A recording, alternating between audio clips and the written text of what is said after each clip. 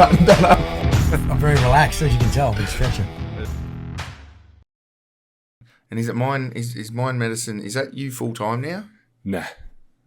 I'm associate professor of psychotherapy at a place called Icon, and also do some clinical work, clinical supervision for integrative psychology, and then do the Mind Medicine Institute work as well.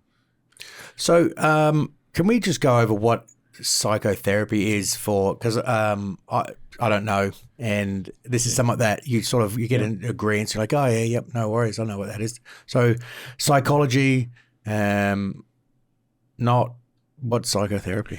Well, psychotherapy means a lot of different things to a lot of different people, first of all, but psychotherapy comes from the Greek psychotherapia, which means therapy for the soul or the mind. So psychology is really a science, first and foremost. It's the study of the mind.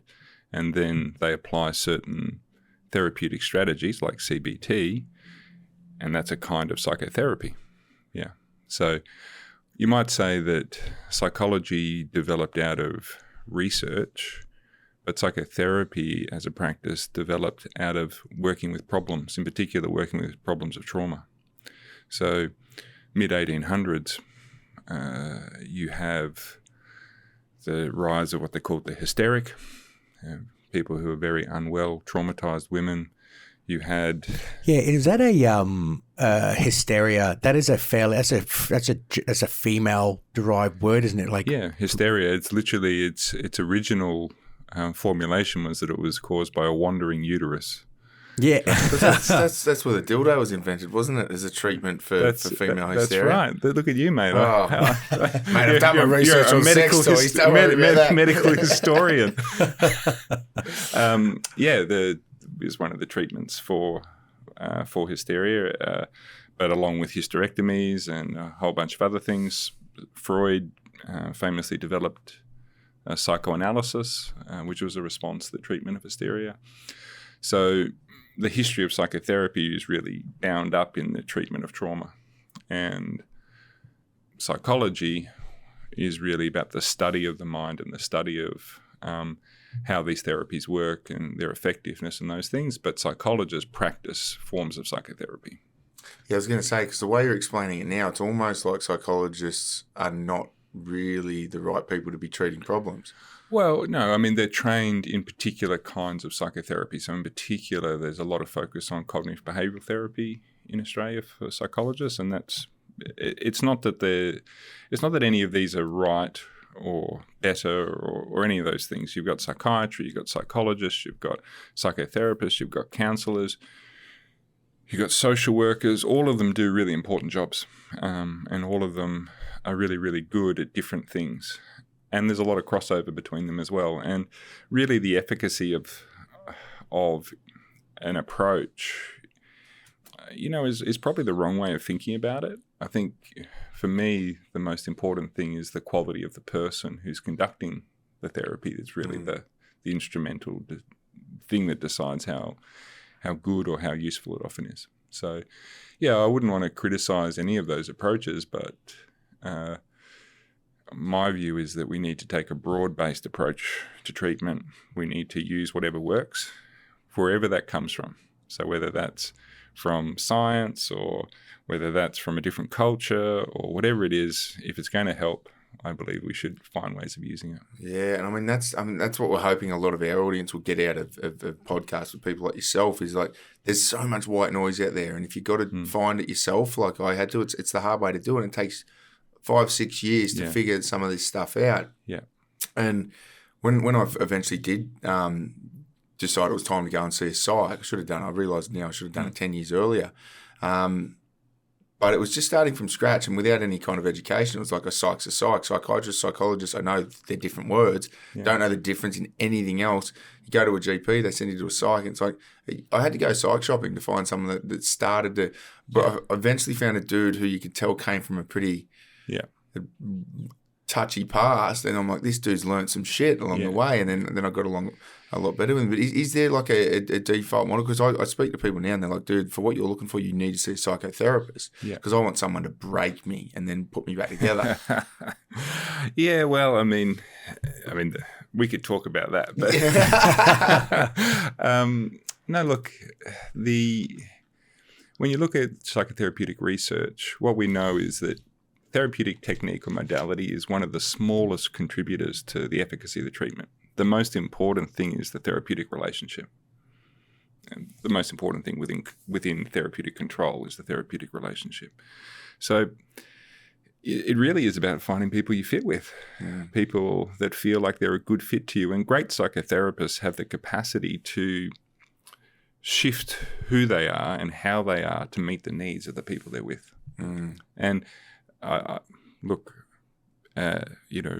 psychologists, psychiatrists, psychotherapists, all of the great ones have the capacity to do that, I think, is figure out how to be in order to meet you. I did a lot of training in Jungian psychology, and one of the great things I learned in that training was we watched these really old archival videos of Jung's patients.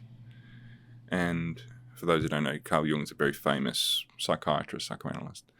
And they all said something similar. They all said, he knew who to become for me. He was able to be who I needed him to be. I learned a lot from that. There's a kind of protean quality that good psychotherapists have, being able to match. Like, I know I've worked quite a lot with soldiers, and often the complaint is they've been treated, by a young 20-something psychologist, doesn't know anything, speaks to them in formal technical language, does all these kind of things. And, I'll sit down with them, and I'm, big and got tattoos and all that stuff. And I'm like, yes, what's going on, mate? He's like, oh, not much, So I've heard you picked up a bit of head noise. You want to talk about it? Not really. I'm like, all right, fair enough. Well, just give me the sit rep on what we're doing here then. What's this about?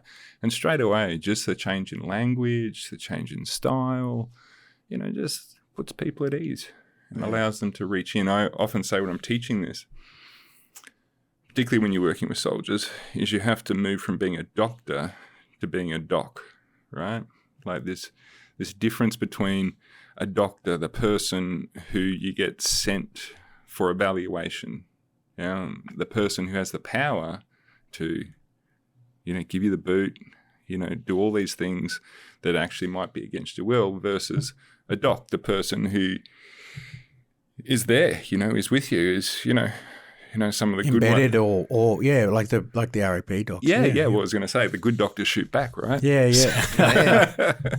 So So those are one of the features that as a psychotherapist working in that space, I think is really important to cultivate, is a way of relating to and connecting to the lived experience of what these people have gone through. So is that something like learning to be or shift your, what you need to be for someone? Is it so that they can draw that respect to you? Like, I'm trying to draw this down a path of like the placebo.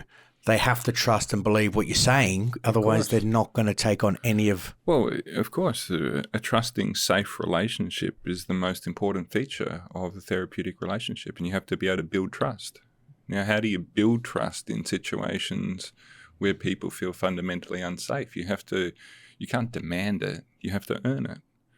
And, in situations where, particularly with, I'm going to keep drawing this back, obviously, to soldiers, but trust is the moral imperative, right? When you're downrange, you're in a real life situation. You need to be able to trust the people have your back, got your six. That's an important feature. So how does someone who's not of that world and not of that space earn that trust? How do you do that? Well, it's not easy to do. You have to find a way of connecting. Otherwise, it's something that's always coming from the outside, and it's always being done to, and it's not a working with. And so, I often, make the joke, when I'm when I'm teaching this stuff is, every soldier loves a good mission, and the treatment has to, in some sense, become a mission that you are on together, that we're collaborating together on this journey, on this task, and this is the next thing for us to work through and work on together. And if you can activate that collaborative connected register, a lot of things can happen.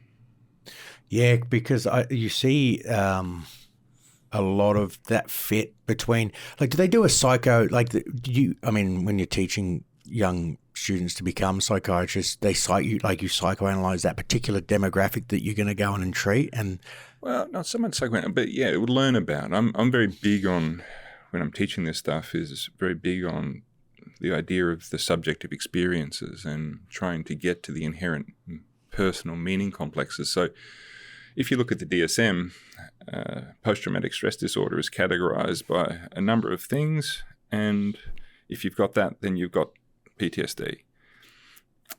But that, to me, has always seemed quite foolhardy, because a soldier who's suffering from PTSD is very different from a molestation victim, who's very different from a bushfire survivor, who's very different from someone who's had a home invasion, there's different qualities to them. And it's really important to understand the moral and psychological qualities of each presentation type. Have you guys read Jonathan Shea's book, Achilles in Vietnam? Have you? No. Fantastic book. One of the great gems in this space. He wrote Achilles in Vietnam, and the other one was Odysseus in America. But in Achilles in Vietnam, he uses this term moral injury to talk. You've probably heard that term. Oh, it's the new PTSD replacement. When they realised PTSD therapies weren't working for most veterans, they're like, it's got to be something else. When they jumped straight to moral injury. Yeah, so that's Jonathan Shea's term, right? Is moral injury, and understanding, from a clinical perspective is really interesting, because you can explain something but not understand it. And how does a civilian understand war, for example? How is it possible to understand it? The moral and social register of civilian life in Australia has a whole series of values and assumptions that are completely ruptured in the context of war. I think they're completely an anathema to each other.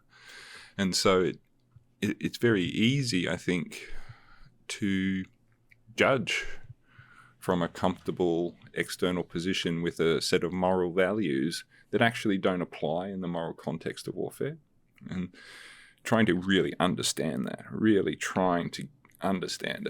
is it's hard as a clinician. I've certainly found it hard at times, hearing certain things, that my moral kind of response in this world is like, oh, that's not okay. But then getting into the contextual experience of like what it's like being there in this situation, you're like, oh, geez, yeah, that's actually... It's stuff that stops getting black and white and in that grey area, isn't it, where we live? That's right. And I think that's important. It's going to get worse, but over time, if we keep going the way we're going, because the way Western society is now built and the morals and the values that we're pretending are the ones that exist in the whole of the real world, they're getting very disconnected from the third world. They're getting very disconnected from death and violence. That's right. And the more we insulate, especially young people that grow up with none of it, they've never experienced death, they've never experienced violence or any real threat, their morals and values are definitely going to have a bigger disconnect from that of soldiers. And that's when we start to see the general public really not liking military members when they come back from war, because they believe that is still barbaric and that we're 100, 200 years behind them. Yeah. It's like, well, it's the same political leaders that are manufacturing both of these kind of mentalities. What's that quote? Was it Orwell who said, for you to sleep comfortably in your bed, there are rough men or something. Bad men in dark places doing terrible things or whatever it is, On your behalf. On your behalf, yeah, exactly.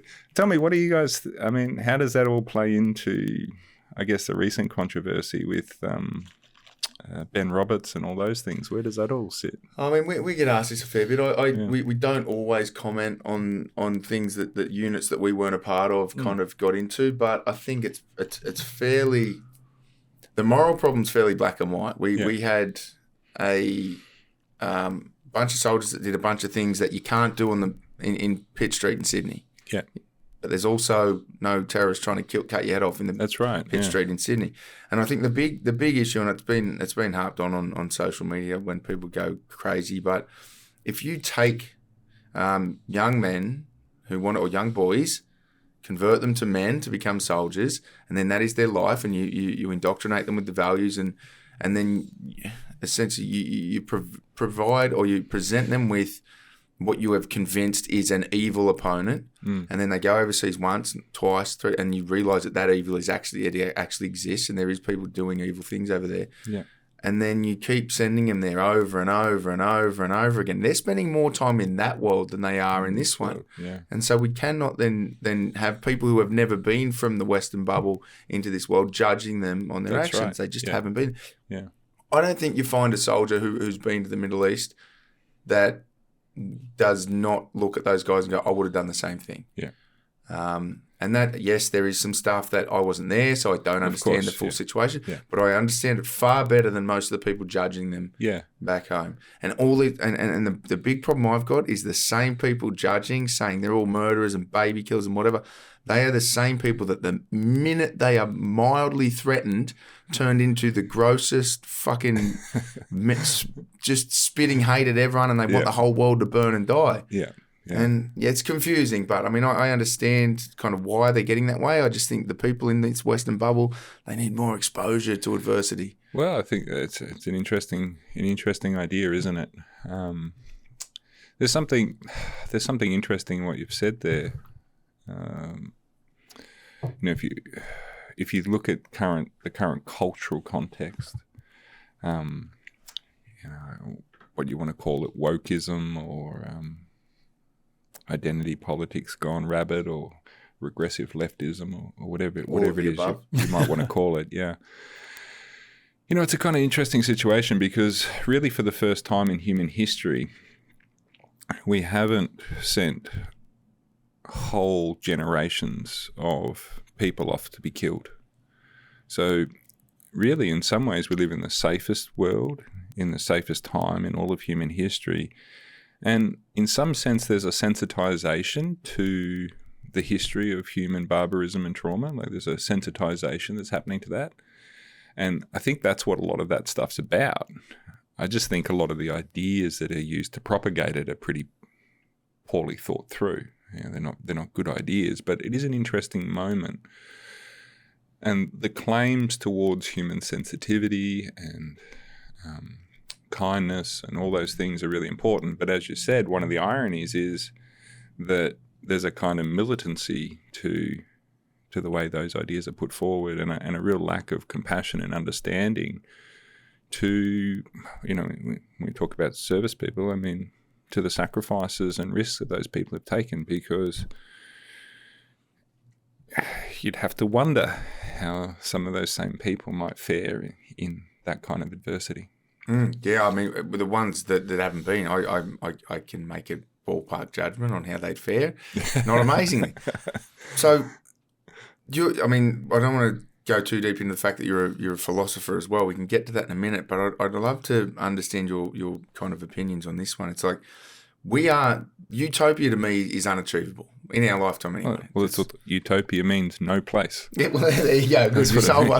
But I mean, that's what. So you speak to young people who have grown up now, like whatever generation they are, and it's like their take on it is to get to as close as we can to being good humans.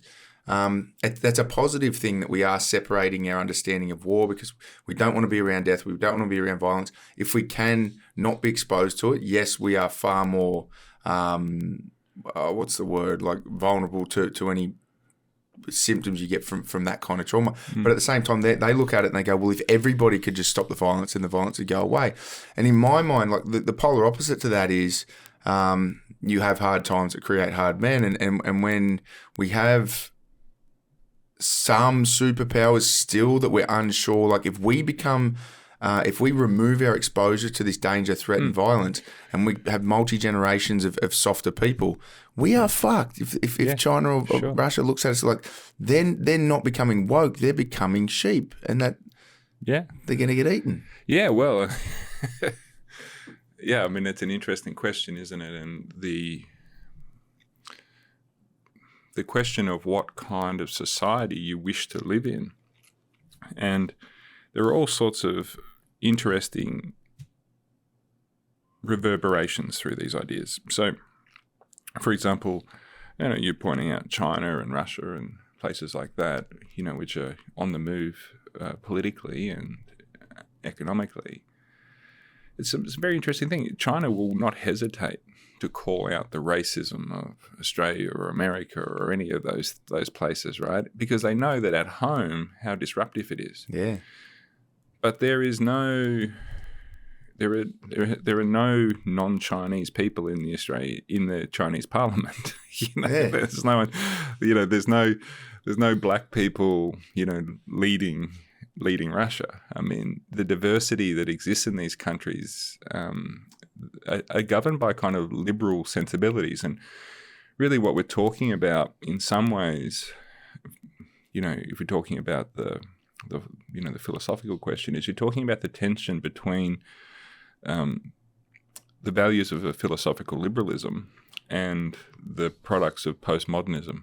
They're really the kind of philosophical kind of points. Now, postmodernism arrives in the 1960s and starts to view the world in some pretty strange ways, but in particular starts to view the world as being constructed by hierarchies of power, and that there is no real truth. There is no objective truth. There is really just power, and that it's good to fight subjugation and power wherever you find it. And it's that ideology which is developed by people like Lyotard and Michel Foucault and people like that really gets kind of activated into what we would call, wokeism kind of today. Ironically, though, all the liberation that occurred really happened before this philosophy came about. So it's the liberal values of honouring diversity and difference that really allowed for the rise of feminism, the civil rights movement in the United States. All those things are really a product of a liberal sensibility, a liberal philosophical sensibility, which really values difference and civil discourse and an adherence to a set of kind of shared values around what a society should be like. But this has always been a problem. It's a problem in democracy generally. Plato pointed to the problems of that democracies would nearly always be destroyed by a tyrant. By the very nature of them, they create the kernels or the seeds by which their own destruction can be sowed. Was there minorities destroy democracy ultimately being part of something as diverse as that? I think even Hitler might have said something like that, to the point where you go, China doesn't do it. They have a 100-year plan. You cannot do it. Yeah. No one's, even Japan. You go to Japan. Yeah. They're racist. They their immigration policy is still no. Yeah. Yeah. You're like, okay, what about mosques in Japan? Like, you're not building one. Yeah. No one's blown up the Japanese. I still don't have a problem with that. So they're not. You go there from any country in the world, there might be some, but they hospitably, like you go there as a tourist, and Japanese people love you. Do they want you to live there forever? Do they want you to bring their culture in and blend the pool? Not so much. No, but there's tensions there as well, because there's a great deal of benefit that's derived from multicultural societies. So, the United States, Australia, the wealth that has been achieved in those countries is largely achieved through the benefits of migration. And the rich cultural tapestry of it is incredibly valuable. I mean, just think about, what it's like living in Australia today and the cultural diversity here. It's a great thing. But that's a secondary point, I think, to the change in values. So what I'm saying is that a liberal value system is something like, you can believe what you want to believe and I'll believe what I want to believe, and we'll talk about it. And we'll talk about it civilly and reasonably. And in this discourse of civility, if we can come to an agreement, that's great. If we can't, that's also okay. You think about, who was that? Pascal, I think, said, I will not agree with everything you say, but I'll die for your right to say it. That's the basis of a kind of liberal sensibility. Now there's some changes happening where that liberal sensibility is kind of being co-opted, where language itself has gone through these strange times. So a lot of the time you hear this kind of sense that violence is not violence. Yeah. So if in a certain context it's okay to attack or hurt somebody because what they're saying is hurtful or hateful to certain people. So violence is not violence, but words are violence. You see, so there's this very strange kind of inversion that starts to happen where words and the perceived meaning of words becomes more threatening and more morally reprehensible than the righteous application of violence upon a person who said something you don't like. Is that because people can see the power of words, and when you talk about these great orators that could, or firebrands, I suppose, that could just really, start a movement, and is that why they're sort of trying to get away from it? I think people don't like having their feelings hurt.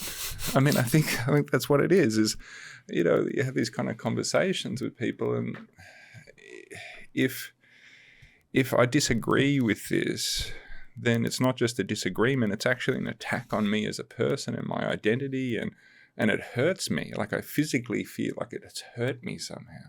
It's like, it's just a conversation, mate. I think the identity piece is the kicker, because you can have, I've had plenty. As soon as identities. As soon as I have, no, well, that too. But as soon as I have a couple of beers, I generally get into opinion-based, we'll call them conversations to keep it friendly, with people that I've just met, right? Because if I'm opinionated and so are they, I love a good debate, and it's always friendly. But I had one the other night with a young girl. She was a Indigenous lawyer, and she does a lot of stuff on. I don't know what exactly she specialises in, but I said some things, and they weren't offensive to her at all. And I was just saying, hey, these opinions have been raised, and she got really upset about it. And I was looking on it later, and I'm like, how come when I have a conversation with another veteran on a topic about, say, the Middle East, and I'm opposing everything they're saying, we don't really get emotionally triggered, for lack of a better word. I hate the word, and then I looked at it, I'm like, I said something that her identity was built on, and and there's nowhere to go for her then. And that's a learning curve for me, because I love having these debates, but the last thing I want to do is get halfway through one and then piss someone off. And then that's right. And you raise this point around opinions, Adrian, and I think that's really important because everyone's got an opinion, but not all opinions are equal. That's an unpopular thing to say today, right? But not all opinions are equal. Having an opinion is a right, and every right is accompanied by a responsibility. So one of the questions is, what is the responsibility that you have in forming an opinion? Yeah. So you live in a democracy, you have the right to freedom of speech, you have the right to say what it is that you think, and that's an important right within any democratic society, and it's one that wars have been fought over, and God knows how many people have died for the right to say what they think and to speak their mind. But there's also the question of the responsibility that goes with that. And the responsibility is one where you have the responsibility to be an informed citizen. You have the responsibility to be educated and reflective and thoughtful in your conversation. You have the responsibility to engage in a civil discourse, which means to really listen to what's being said, rather than just really trying to overwhelm the person with what it is that you think they should be thinking. And so the question of dialogue there becomes really important, and the nature of dialogue. There's a word in Greek sometimes is very useful here, which is parrhesia, which is fearless and frank speech. Real dialogue has to have the capacity for us to have fearless and frank speech. Yet, what we're doing in our society today is curtailing that, because if you say the wrong thing in the wrong setting at the wrong time, it can mean your end of your career, end of your job, social suicide. It can be, and once you are on that bandwagon, it's very difficult to get off. So the death of parrhesia is the death of democracy. It is the death of civil liberal discourse, and it's very important, I think, to hold that. Now, I just want to kind of juxtapose that. Much of what regressive leftism is concerned with, I would personally I would say they're central concerns for me in my thinking in life as well. The issue of inequality, race, violence. These are things I'm deeply interested in. It's just the answers that are being put forward, I think, are not very good. But and we've got to not throw the baby out with the bathwater. Is what they're really saying is we should be concerned about our fellow human beings. I'm like, yeah, of course we should. I want to have love and care for diggers. I want to have love and care for refugees. I want to have that for everybody, and I want to engage in a kind of civil discourse about how we can find a better world to live in together. That's a bit utopian, but if utopia is the far end of the spectrum, like aiming for it, getting there doesn't have to. That's the idea. It's not the destination, but getting closer to it would be a good start. Yeah, exactly. So, I mean, your opinions, we talk about value systems and belief systems. The same as opinions and beliefs. They're the same thing, right? You can have a belief and doesn't have to be a fact, and it's not a fact. No. It's because of your particular lens of which you're looking through the world in. Yeah. And they can be challenged, and people are tying beliefs to who they are, not adjusting, not having this reflection. Yeah, exactly. Reflection's a key, isn't it? And if you think about another Greek word, you can tell I'm trained as a philosopher, but there's this wonderful Greek word. It's called paideia. It's the Greek word for education, right? And its best translation is the maturation of one's soul through death. Is that when you go into discourse, when you go into relationship, you're actually risking all of that. I'm risking that everything I thought was true could be undone because you might teach me something I didn't think was true. Many people are shocked to find out when they really start thinking about their life, they really start examining it, they're shocked to discover that their life is built on pudding. Sweet, fluffy, nonsense without substance. And so really examining your life, really thinking about your life, reflecting on your life, requires you to also then take hold of yourself and claim the ability to change your life, which is, now tying back to what we're talking about in psychotherapy and psychology, is that we have to choose the life we want to live, not necessarily the life we've been given. Okay. Is that why people, you see some speeches in universities where one particular side is doing the speech and they get shut down violently, and is it because they are so scared of what they've built their life on? That's right. That it's going to fall apart. They've got to shut it down. That's the point that Adrian was making before, is that when it attacks your identity. Like, look, I often say to my students, you got three choices. You can change your mind, you can try and change the world to match your mind, and you can kill yourself. They're the three choices, right? Most people will try and change the world to match their mind. And this is how the world is. This is how I see it. This is what's going on. You're this, you're that. Yeah. I see Adrian, I see Anthony. You guys are this because that's what I want you and need you to be, right? They project onto the world. That's how most people engage the world. So you can try and get the world to do that. It never works. Yeah. The world has other ideas. You could kill yourself, as we know many, many people do, tragically every day. But there's a simpler option, which is changing your mind. But changing your mind is not something that's easy to do. Really changing your mind, like really changing how you perceive the world. When I say the mind, I'm talking about the perceptual system that builds up over the course of your life is hardwired to maintain itself because it gives you survival advantage, right? You got here by seeing the world this way, right? But at some point, you might need to adjust and change that view. That's why novelty is often the key factor in therapeutic change, giving people novel experiences, novelty of relationship. If we talk about psychedelics, what do psychedelics provide? A novel experience that disrupts perception that then has to be integrated into a new worldview. So this sense of, not wanting our sense of self, not wanting our identities, not wanting who we believe we are to be disrupted is very deep in human beings. Most people who come to psychotherapy do not come to psychotherapy to change. They come for the pain to stop.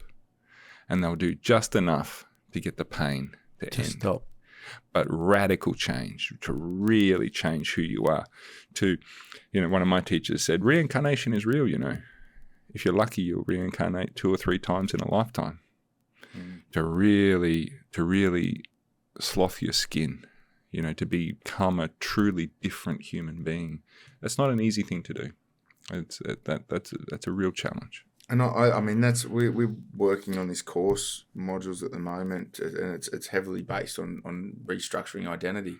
And that exactly what you're saying, that is what's required for the military at the moment. Yeah. And it's hard, but we need to find some kind of model that completely transforms that person into a new iteration of themselves. That's right. Yeah. And it's just not there. There is nothing there at the moment. That's why people are dragging this old military identity that's right. through life for 50 years. Identities are narratives. Identities are stories. And they're defined by what we might call a me, not me loop, right? There's a loop that runs. This is me, that's not me. And what's not me is just as important as what is me. And so, you're training to be a soldier. What are you not? What are you not? Anymore. You're not a civvy. You're not a civvy. You're not lazy. You're not lazy. You're not a pussy. You're not. Yep. There's a whole series of things. So me, not me, right? So inverse of that, I'm disciplined, hard, strong, tough. All right, that's all great, and that's the identity you need to do the job. But you're having thousands of traumatic exposures, right? Thousands of traumatic exposures. Average civilian has 4 to 5 traumatic exposures in their lifetime. I think the average soldier, it's 4,000. Police officers, same, I think. There's a massive... police and fireys and ambos. Massive differences in exposures, right? So this identity is the identity that you need in order to do this thing. But then you get these traumatic exposures. And remember, trauma is not... No event is traumatic. Trauma is a response inside oneself to the event.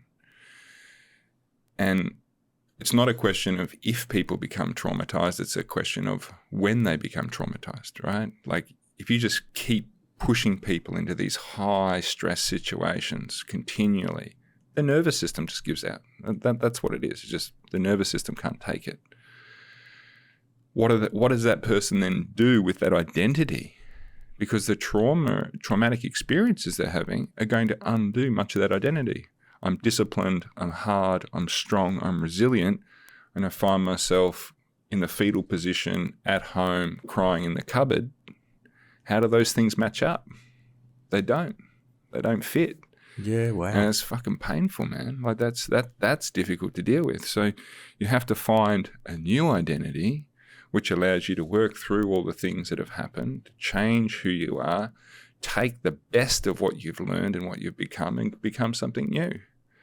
In the words of Nietzsche, you have to drink the fire from out of your own back. You have to reconstitute yourself from those things. So that plays into... I haven't seen the research because I don't know if it's there yet, but I had to give a talk in front of a bunch of psychs on post-traumatic stress, and I'm a firm believer that I don't think that is the number one problem in the veteran community. I don't think... Trauma, and I understand, like I'm starting to get a better understanding of trauma, but I do see that a lot of my mates have trauma responses, but there's nothing linking to their military career that caused that. And I've raised this kind of idea in the hope that someone way smarter than me would kind of pick it up and run with it. In that when we transition out and we don't have a transition process, there is no rite of passage. We're not rebuilding a new identity. Right. We're sending veterans out into the out into society with no stable understanding of who they are or what their values are. Then, like those 3 points that you just raised, I think were fantastic. Most of the boys are walking around going, my values no longer fit with the values of society. Yeah. And they've got no identity really, and they've latched onto their past one, and they're like, I can't change all of society. I don't really want to change my mindset because I still love the identity I've got. Number 3 is the final option, right? Yeah. And I looked at it, I'm like, is it possible that we're failing to transition people so they're walking around for the rest of their life? It could be the minute they get out until they're 99 with no stable identity, no structure and understanding in who they are, therefore no confidence, completely feeling isolated and lonely because the rest of society has a completely different value set. Yeah. And then they are they're walking around with the door open to a traumatic response in everything they do because they're so isolated and lonely. Yeah. And look, I mean, it's important to, when we talk about trauma, I think it's important to delineate. Yeah, you got post-traumatic stress disorder, acute stress disorder, and the diagnostic criterion. But it's also important to see it as a spectrum. What is trauma? Like, what is it really? I mean, it comes from the Greek word trauma, which means wound. The way that I would normally categorize it is that it's an unexperienceable experience. It is something that just hasn't been metabolized properly. It hasn't been held through properly. And unfortunately, I think,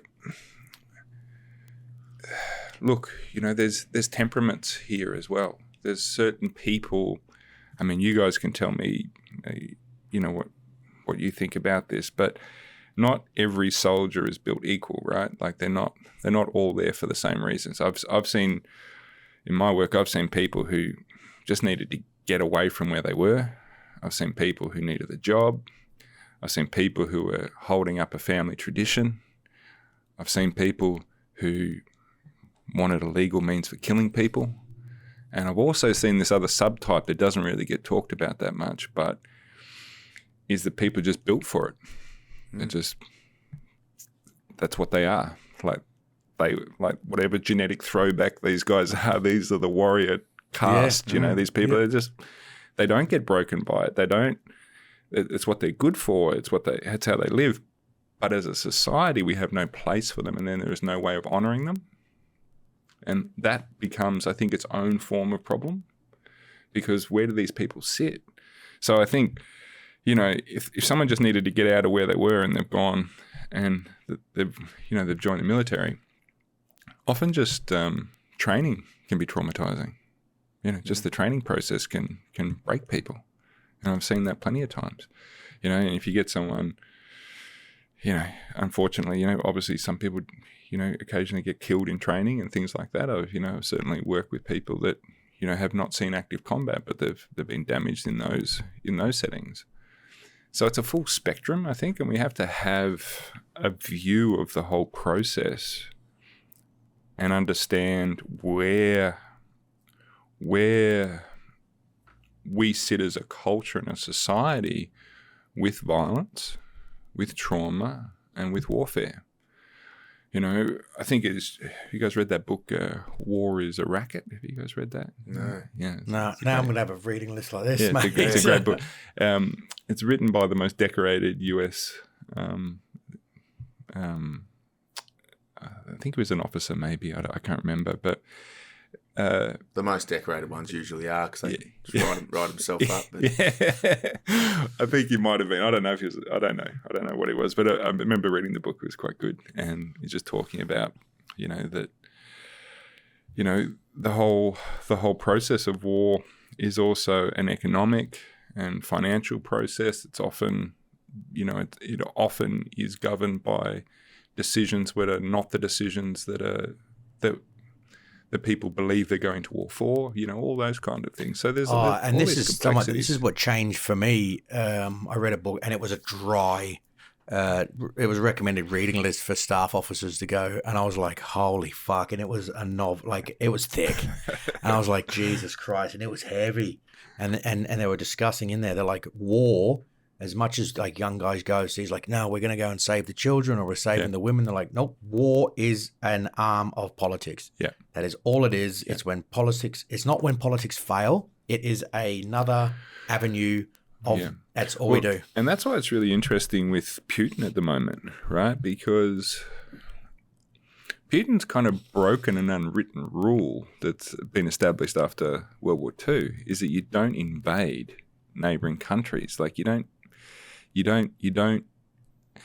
acquire land. You don't do that. Like it's not okay to do that. We stopped doing that. Yeah. Yeah, we kind of agreed that was we would written up by the ones who got the most when it was still okay. Yeah, but it's kind of this we're going to stop doing that. Yeah. So war changed, after World War II around that, like the nature of the conflicts. I mean, I guess Iraq invaded Kuwait, but I mean that didn't go very well for them there. But like this movement with Putin it's a real, like you get that sense there's a real political kind of decision making. There's a real instrumentality to what he's doing there. He invaded Crimea and had a look around. No one stopped me. I do this, I do that, I do this, I do that.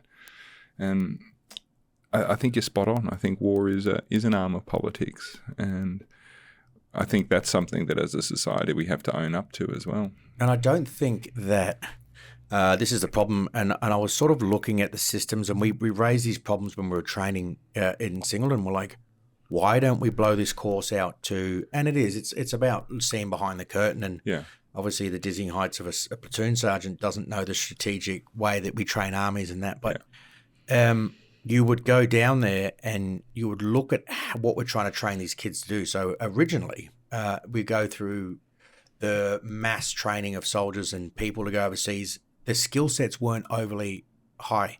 You had to give them a gun, teach them how to shoot a rifle, and follow orders. There wasn't a whole lot. And 2/3 of them wouldn't shoot people. Yep. Yep. Shoot high, shoot low. Yeah. Correct. Right. And so it's just about numbers. And our training methodologies haven't really changed since like 1918, 1945. Give them a gun, give them that. Well, have you guys read Grossman's book on killing? On killing and on combat. Yeah. I'm glad we got one. You got 100 books. I'm like, I read that one. But they said, and so we said, hey, let's get these kids. And let's teach, and now we've got to teach them combat shooting. We've got to teach them we've got to teach them all these things. And now before they leave, they've got to do 84s, Mag 58s, 9mm. They're like, you're shoving all this stuff in these kids' heads, but we're not at any point grabbing them. So you can't psychoanalyze a kid. You go and do your army psych course. Psych's like, hey, when you stand on a high building, do you feel like jumping off? And you're like, nah, like tick, off you go, mate. Good on you. You're right. Yeah, you join the army, not a problem. And then we get this problem of why you're joining the army, and does that align with your value systems? And will that kid or person ever have the tools, techniques, and training to deal with that situation? Well, that's right. But what's interesting about that is perhaps what decides that is actually happen way before you get to that point. So one of the most ameliorating factors for the development of stress disorders is healthy attachment. So the first 2 years of life, it's in those first 2 years of life that the person begins to form by their relationship with their primary caregivers. And it's in those attachment relationships that the regulatory skills, the self-soothing and stuff like that. Yeah, that's where all that develops, right? Now, if you look at somewhere like the US, where did they used to pull their soldiery from? It was largely middle class. That's where they previously pulled it from. And in recent decades, it's all coming lower from socioeconomics. Lower socioeconomics. The American military is a work for the dole program. Yeah, right. So you get broken families, poor attachment, and as a result, you give them traumatic exposure, poor regulatory capacities. I mean, I think that's a natural side effect is you're going to get a rapid increase in the rates of stress disorder, because it's important to understand that it's really about resources, right? Like the traumatic response, I ask these questions all the time. It's like, so women are twice as likely to develop PTSD as men, yet men are exposed to a lot more violence just in civilian life, right? These are just civilian statistics. Why is that? Well, it's about resources. In order to, when you become traumatized, you're talking about a collapse of the defensive capabilities of the person, right? Their cognition breaks down.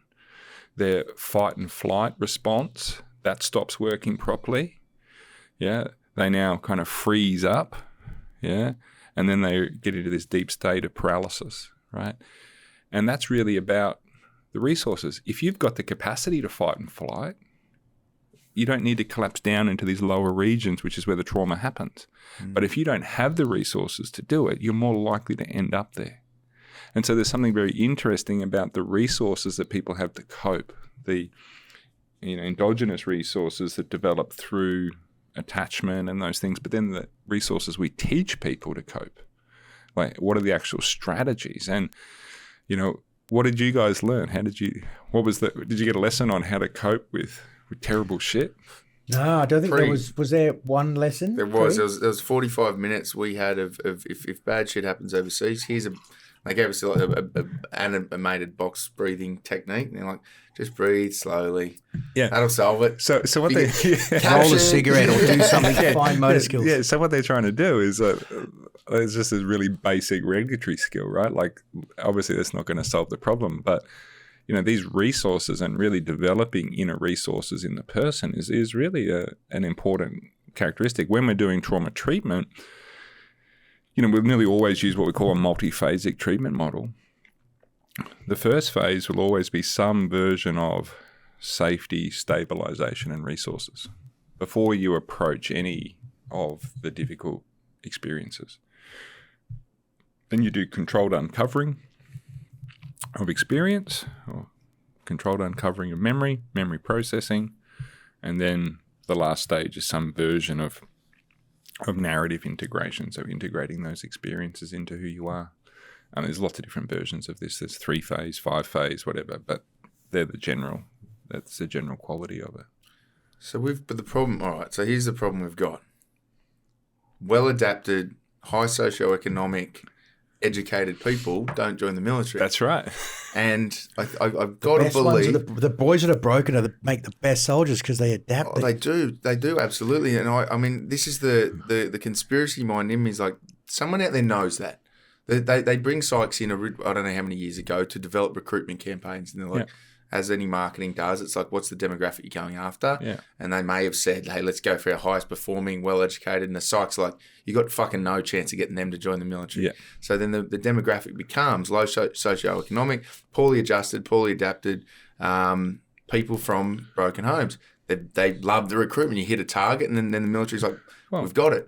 But then we realise that I believe we have, listening to you, we understand that a lot of the people from the military who have trauma issues probably started when they were kids. No one's allowed to put that into doctrine because that kills recruitment. Yeah. It's a big problem, I think, and I think you're spot on. And I guess that question there, Anthony, is why do they make good soldiers? These that you're talking about. So we've spoken about this a couple of times, and everyone knows. Like, I came from council housing and roughest of the rough. So there you go. There's a little bit of so yell at me. I don't give a fuck. No, it's that belonging and want to be part of something. I was going to say, be a part of a family, right? Be a part of a unit, a team. Like the sense of belonging, often the sense of belonging you get in those situations. You guys heard of trauma bonding before? You heard of that? Yes, term? or you can create relationships through shared suffering. Is that something like that? Yeah, trauma bonding, right? It's the most powerful form of relational bonding, right? It's stronger than attachment bonding between a mother and a child. If you think about, the kind of bonding that sometimes happens between hostages and, the people who are holding them hostage, right? That kind of bonding, kind of quality.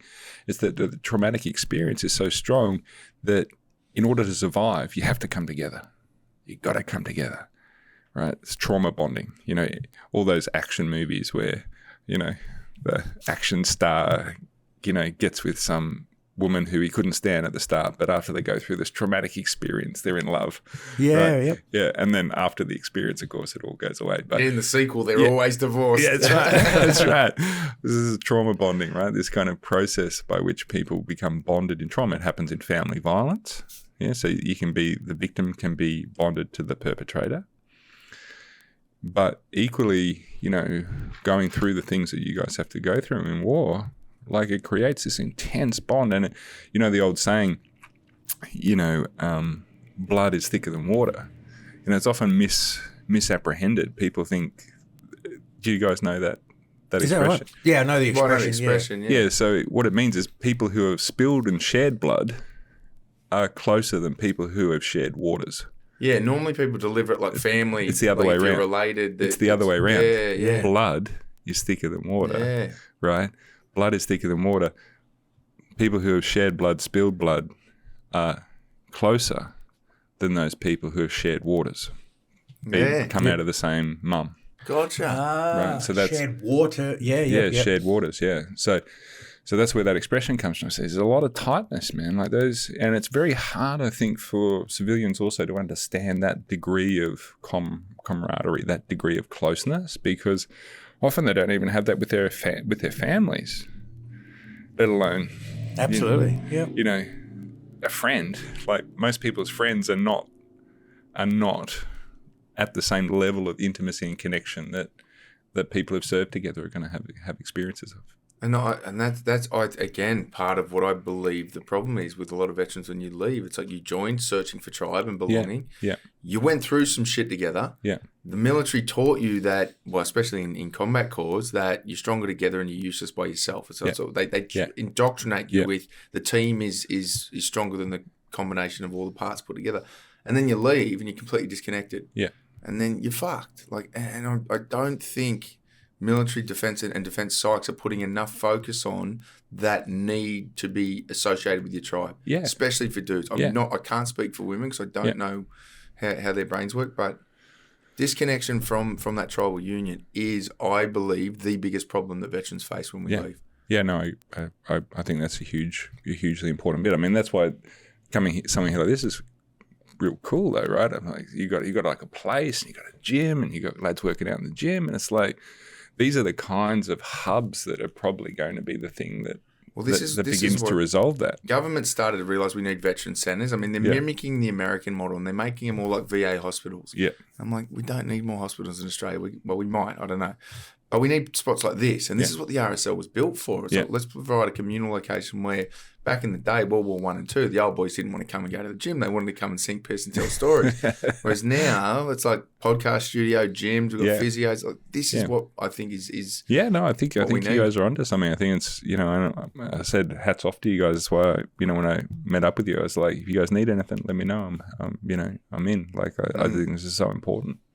So we get these real fucked up individuals. They go overseas. We haven't trained them properly, or we have, and they probably shouldn't have joined the army, and they have. Yeah. And then they get back, and they're stuck in this fucking brain loop, and they're going over stuff, and they get on the piss, and they keep going over and over and over. Yeah.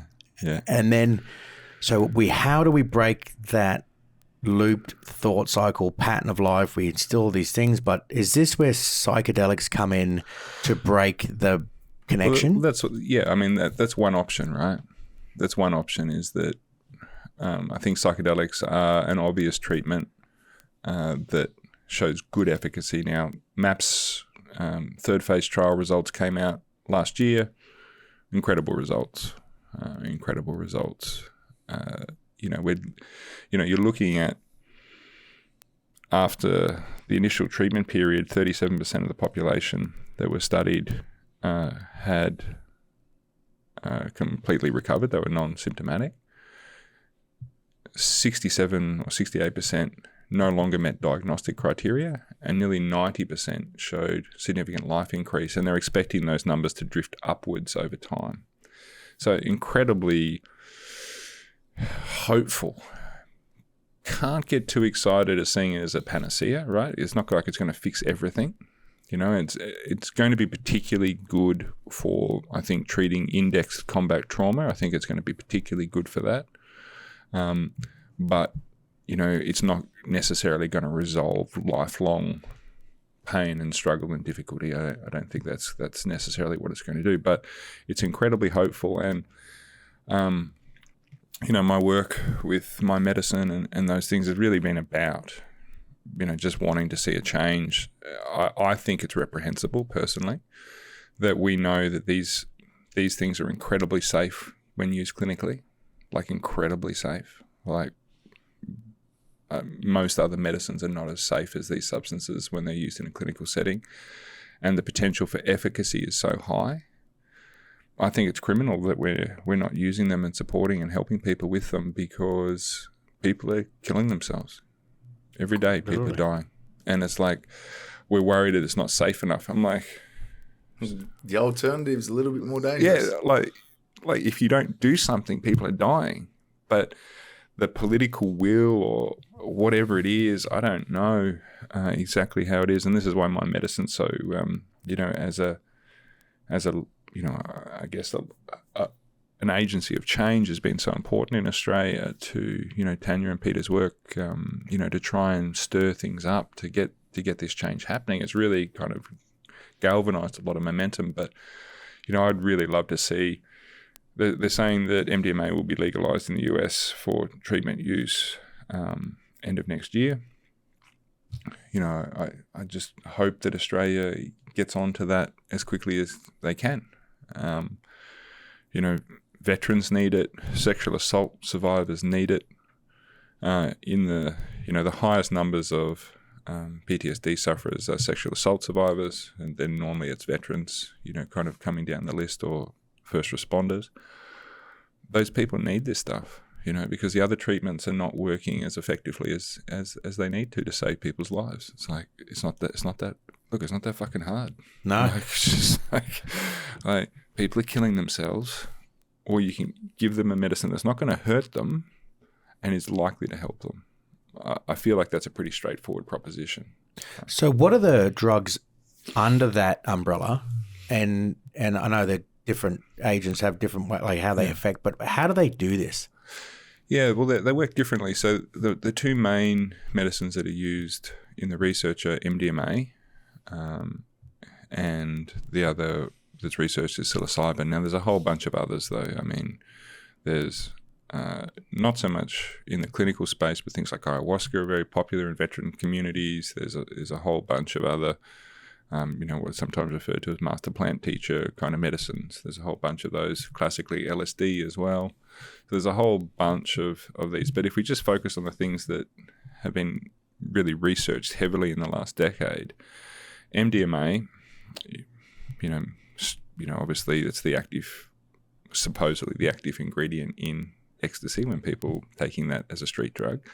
But MDMA has this really powerful effect. What it does is it downregulates the fear centers of the brain, and it upregulates the relational connective centers of the brain. So it moves you into relationship, into being supported and held, and at the same time allows you to approach experiences that were unexperienceable because they were too hard or too scary. So it allows you to do that. Psilocybin, which is the active ingredient in magic mushrooms, works differently. It's obviously a different kind of process. What that's doing is it's really creating a profound disruption to the network of the brain itself. So you guys probably heard of the default mode network. It's the kind of basic perceptual lens. I was talking about changing your mind, right? That's this basic perceptual kind of resting position that the mind holds. This medicine disrupts that.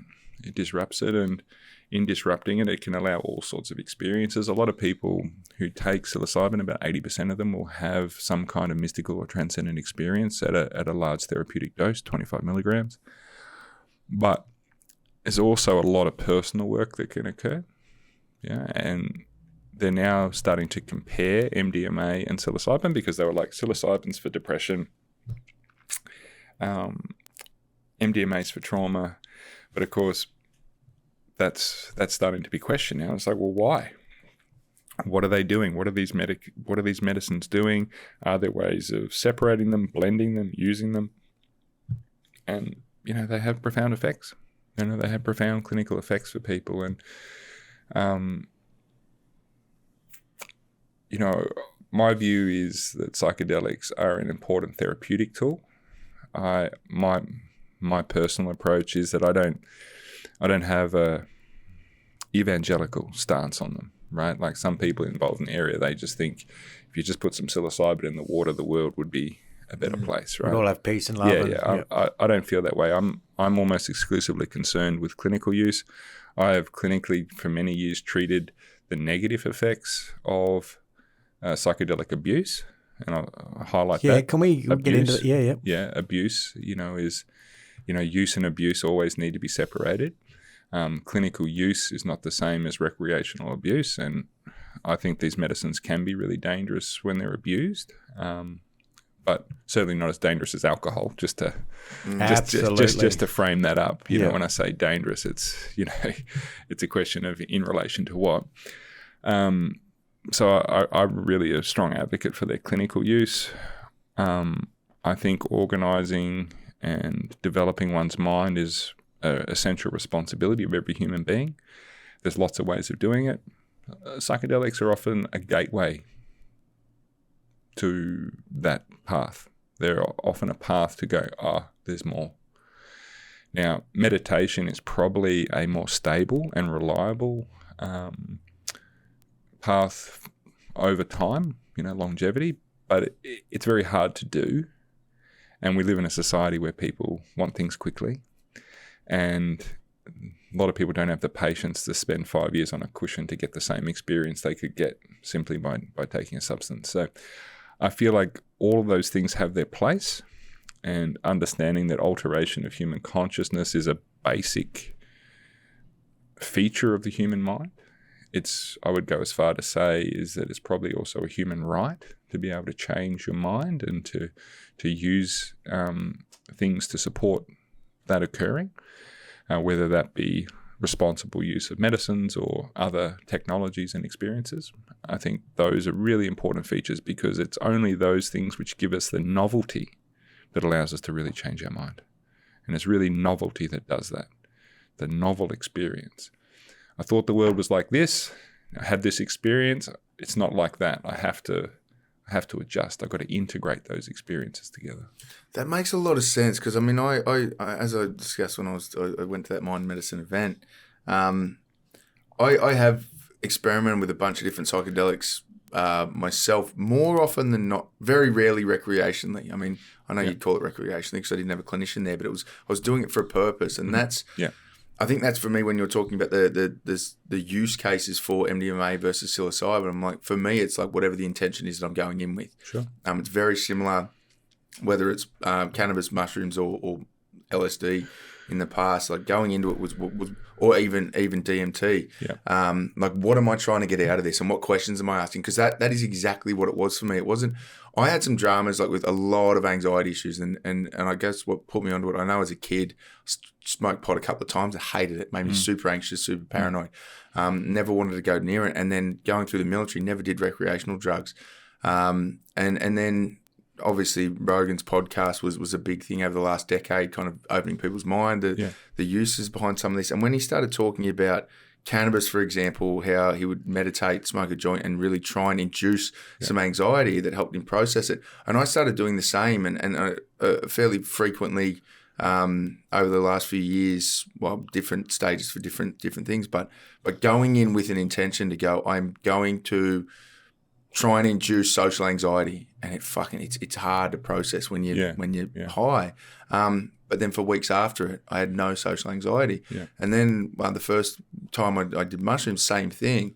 But then what I realized, especially with psilocybin and then DMT, it was like, if I had a trauma issue, it's not like an antidepressant. You eat it and then your depression goes away for a bit. No. It wasn't just going to solve it. And that was never the intent. You got to go through it. Yeah, and that's what, when you said then, like it helped you organize your thoughts, and that's what it did for me on any of these things. It helped me process an idea, organize thoughts, and then for me, especially with meditation, helped me strengthen and fortify my identity. Yeah. And that's all, when I look back at it now, that's all it was. For weeks after, I had this really strong, unbreakable identity, and nothing could hurt me. Well, I mean, there's a few things there. The role of integration is really important clinically. I would say integration is more important than the dose session in some ways. The great challenge with psychedelics is the tension between states and stages, or states and traits. I want to come back to the cannabis thing, though. That was really interesting. But states are transient. That is, they don't last. traits or stages, depending on what language you want to use, are stabilized states, right? Each state contains a resource, right? State 1, resource 1. State 2, resource 2. You take a recipe to move you from state 1 to state 2 in order to get the resources in state 2 because you didn't have that resource before, right? Problem is, you come back to state 1 and the resource is gone. The real challenge is, how do I stabilize the resources of state 2 in the state that I come back to? And that's where therapeutic integration is really important. It's what my colleague Nigel Denning and I have done a lot of work on this over the last kind of 10 years, I'd say, looking at the role of what we call the metacognitive view. And so what these medicines often do is give you a different view. And you can mark and support the metacognitive view in the integration process so it stabilizes over time. The longer a state is maintained for, the more likely it is it will stabilize. Right? So just stay stoned forever, you reckon? No, exactly not that though, right? So you have to take the experience which is generated bottom up, and then what you have to do is work top down to keep the experience alive, right? So imagine you're taking psilocybin and you're like, you can experience the whole universe, right? You can see all things, you feel everything, the trees are alive, the ground's alive, the sky's alive, everything's got this kind of quality to it. How do you feel in that moment? How do you see the world, right? How do you see the world? How do you see other people? You don't hate anyone. Everything's just this part of this unified field. Violence to the other would be violence to self in this setting, so it makes you kind of calmer and kinder and all those things, right? If you can hold that experience, if you can mark that in your body so it stays alive, and you get this 5-day period of neurogenesis where the brain is changing after psilocybin, for example. If we can mark that and hold that period alive, we can stabilize those changes so that then what happened in the experience, the view that you achieved in the experience, doesn't just fade. And I'm sure you guys can kind of think about your own experiences where you had this profound experience and I'm never going to forget this, and this is going to be with me forever. And then 6 months later, it's kind of, what was that thing again? Where did that go? So clinically, the integration process is essential. And I would say in underground use, so separating out what you're describing, I wouldn't call what you were describing as recreation, I'd call it underground therapeutic use. Often the dose experience is often held quite well. There's often a lot of skill. There's often a lot of, entheogenic kind of ceremony and ritual that's brought to it from different cultures and positions. It really holds people quite well. Not always. I mean, there's lots of problems in that space as well because it's unregulated, but there's lots of good people doing that work. But I would say that the integration piece is often not done very well. And so, I know that Nigel and myself have done a lot of work, in the integration space, dealing with people who've had negative experience, have been damaged, and also positively have wanted to stabilize the work that they've done. Yeah, well, I mean, that would absolutely make sense for me. Like I do have, there is no stabilization, especially with mushrooms or DMT, and that would be something now that I know that I would go looking for. Yeah, super important. I would say it's the most important bit. The most important bit, if it's going to be really meaningful. Yeah. If it's going to really last. Otherwise, unfortunately, psychedelics are not chemically addictive, but they can be behaviorally addictive. Yeah, that's what I found with weed, was like I understand there's no chemical addiction, but habitually it started to become a switch off point. Like if I was ADD minded for a week and I can't switch off, it's like, I know how to switch that off real quick. And I'm like, that became a habit. It was like, need to switch off. You can now work 12-hour days and go straight to sleep. Yeah. And then I'm like, it's not healthy. Well, it's interesting with the weed stuff, right? I think cannabis is this really interesting space, right? Because it's legal in Australia. There's a number of really good cannabis doctors that I know Jamie Rickard in New South Wales, and James Stewart in Victoria. James, myself, and Nigel are looking at putting some work together, looking at cannabis-based psychotherapy. So you can actually induce psychedelic-like experiences with some mixtures of cannabis, but they're much shorter. So 2-hour treatments, and I think that's really beneficial. But I think the CBD and THC CBD blends can be a really useful augmentation in people suffering from trauma. I think that can be a really, really useful. I would say what I've seen with that is that those medicines done at really low doses in a really manageable way, they just create this slow reshaping of the nervous system, which can be really beneficial. But that's not how most people, use cannabis. No, cannabis and mushrooms. So, I mean, recreationally, it is macro dose to the point where green out. There was a dude on social media talking about it was a meme, but he goes, I just ate something like 5,000 grams of cannabis, and the dude's response was, mate, go outside, hold onto the grass. Grab hold of the grass and hang onto the world with everything you got. Yeah. Because there's no way out. You're in this until it stops. Until it's over, yeah. And I think that is part of the macro dose kind of journey. Is like, I'm doing it to push, and you have to be comfortable. You're not going to want to do this all the time. I wouldn't recommend doing anything I do for the people listening to this, but that has been a goal at some stages. Like a couple of years ago, I know I wanted to just push as hard as I could to go see where it goes, because you know that whatever happens in there, you induce anxiety, you're going to have to navigate your way out, and you'll be a better person for it. For those listening at home, give them the actual recommendation. If you are going to do this, do it in slow, gentle increments that allow you to be safe. Yeah, that's fair. That's fair. I mean, it's interesting, right? Like, in some ways, there's a kind of attitudinal hangover here as well. I mean, I've seen this a lot in soldiers and treating them. I can't tell you how many times, soldier comes in for their session and they're like, all right, I'm going to fucking smash this trauma today. Let's fucking get after this fucker. Come on, I'm going to smash this cunt. I'm going to It's like, yeah, no, we're not going to do any of that. Because there's a repetition compulsion. It's like the hardness is actually part of the repetition. So one of the things is, we're talking about the identities, is finding ways of being gentler, but also not being weak, so there's this kind of tension often, I think, around vulnerability being weakness.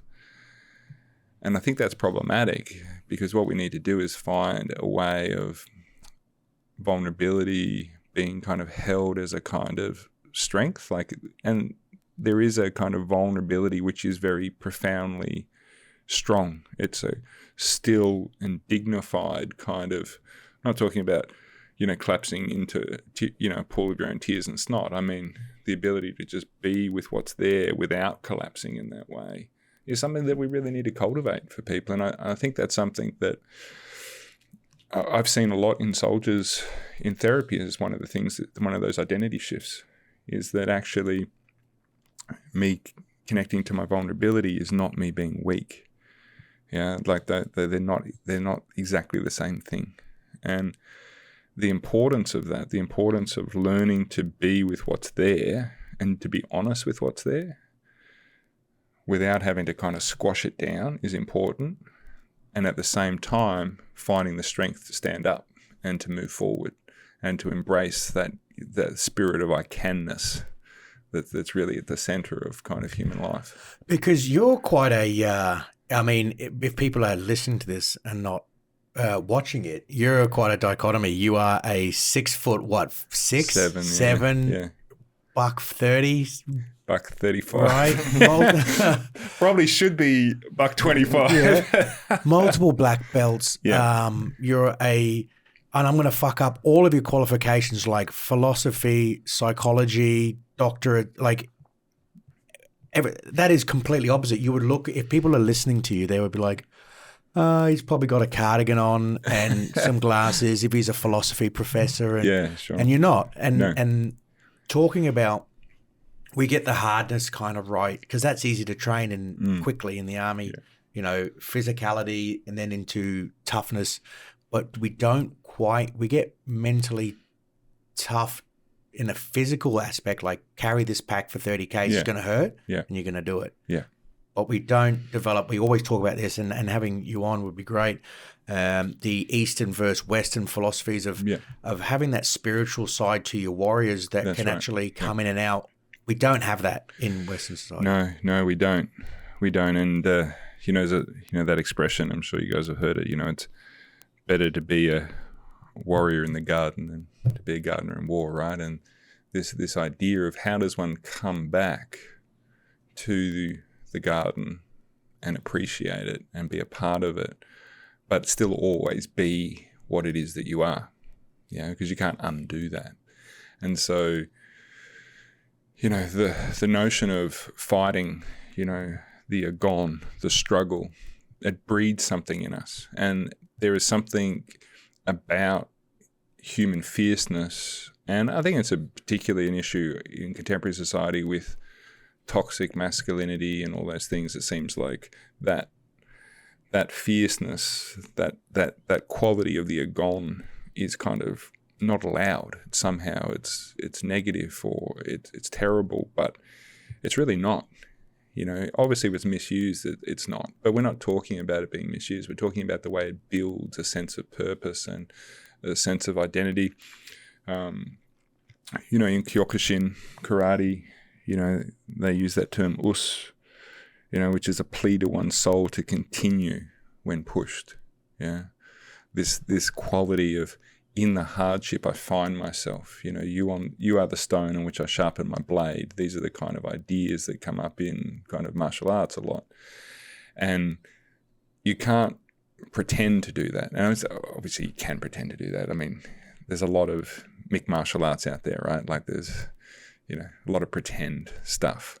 But when you go to kind of really hard arts, you go to boxing, Muay Thai, Kyokushin, MMA, even judo and wrestling, those are kind of real live resistant arts. They forge something in people who actually undergo it in a serious way. You spend your time doing that, it changes you, and it, as a competitor, if you, it's a special kind of experience, getting into a cage with a, 100+ kilo person that's been training for the last 8 months to kill you, like it's like you have to find something in yourself, and something about yourself in that. And I think that's maybe the part that's often missing in our society is you don't actually know until you know. I'm sure you guys can probably talk to that in your own experience with deployment. It's like when stuff actually happens, that's when you find out. You can train all you like, but...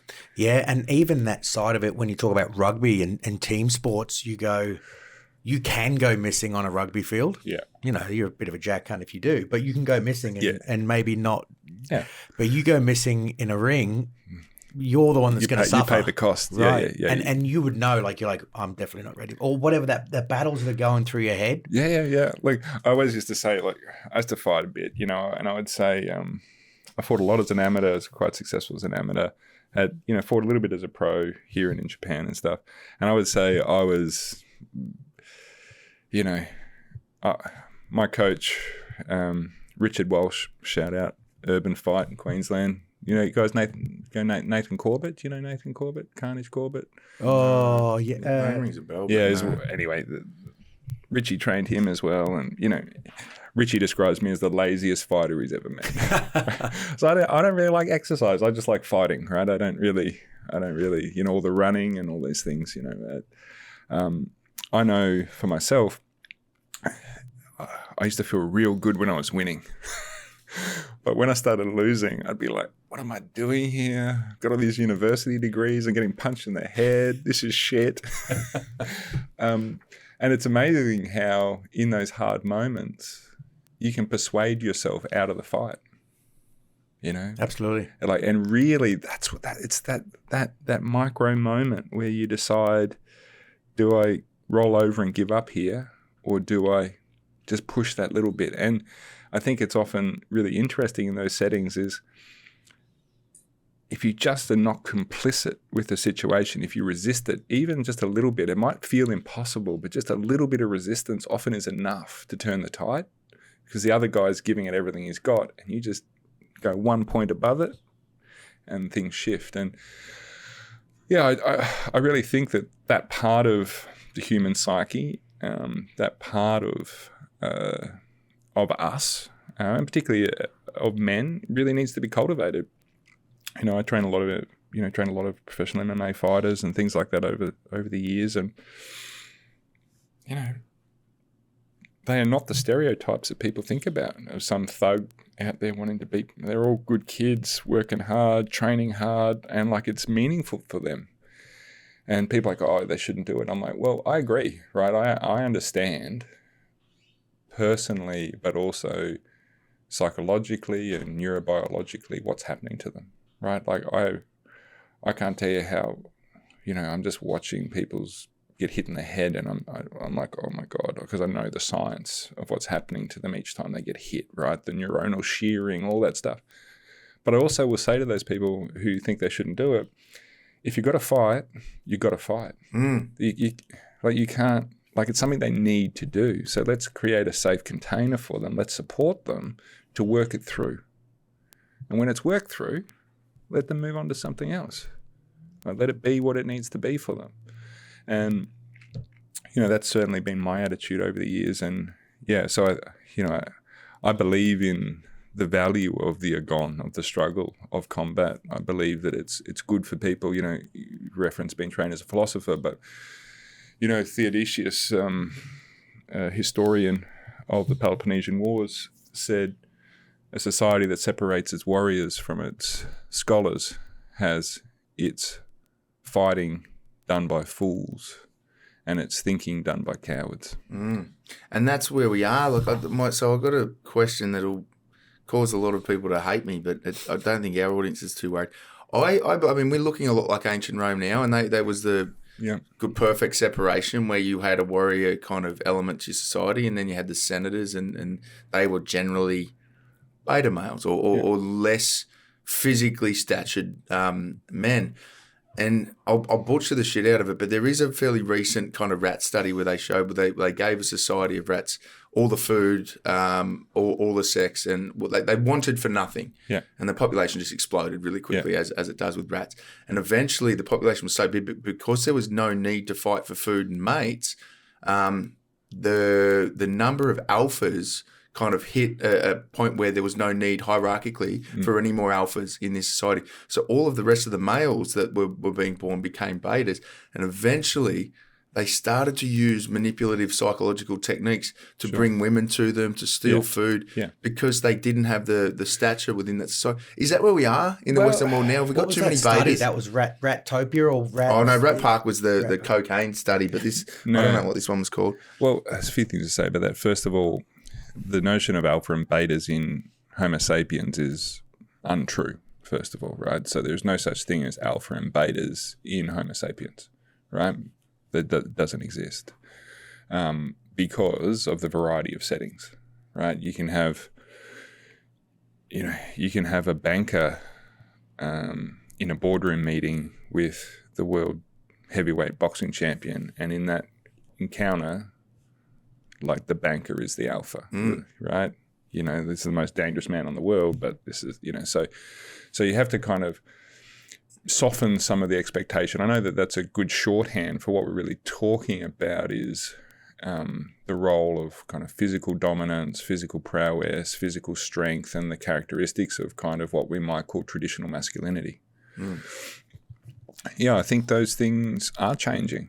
Some of that for the good and some of that for the bad.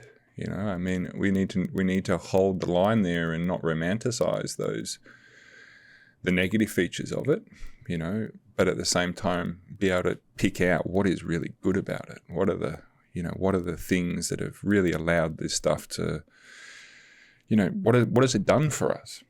Yeah, as a people and as a species, and it's done a lot. It's also done some harm, and I think it's important not to minimize that. There are problems with that if that's the dominant and only discourse available to you. What we need is something more balanced. We need a series of virtues to live by. But my view is that strength and capability are important. I mean, I personally, and this is just completely personally anecdotal revelation of my own psychology, I don't understand what it's like for a man who's untrained to be in the world. I actually don't. I can't grasp it. You talk about this dichotomy for me and all those things.